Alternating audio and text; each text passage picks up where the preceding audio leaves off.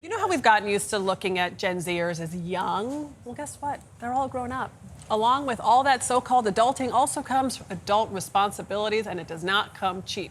A Bank of America survey found out this morning found that more than half of people ages 18 to 28 say the high cost of living is their top barrier to achieving financial success.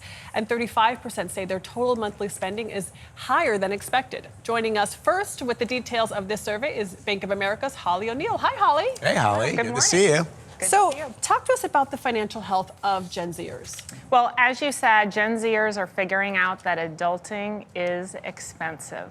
And it may be more expensive than they had initially thought, but I think they're also telling us that they're taking control and adjusting and doing things to put themselves on a great path to financial health. You would think that their parents, Generation X, some older millennials would have, because we learned, I mean, our parents didn't have great skills when it came to this stuff. They taught us what they could, and hopefully we've learned enough to now teach Gen Z, but that doesn't seem to be the case. Why are they stressing so much?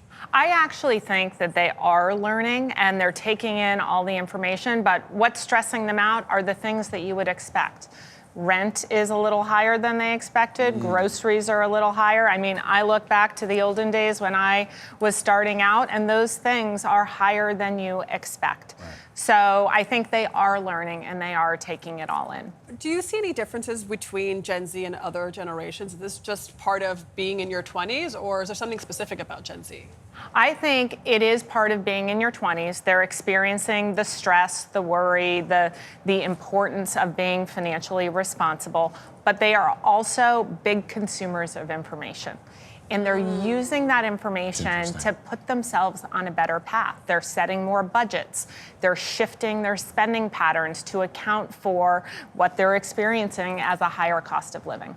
So what are some of the changes you saw this year when it came to the financial habits of Gen Z compared, for example, to last year? Yeah, so Gen Z this year to last year, more of them are putting themselves on a better path. So they're taking action at a higher level. They're saving more. They're investing more, so they're dining out less. So those are the big things that are really important to them. More of them are setting budgets. So those are really important signs for Gen Z. Wow, and in just 1 year. Yeah. Okay, so you also talked about relationships, and a lot of folks said that, an overwhelming majority said that financial responsibility was important when selecting a partner, but one factor mattered more to women than men. What was that? There were many factors that mattered more to women across the board. Overall financial responsibility, financial potential, security. So both women and men thought financial responsibility was overwhelmingly an important attribute, but women more than men on almost all attributes put it at a higher level.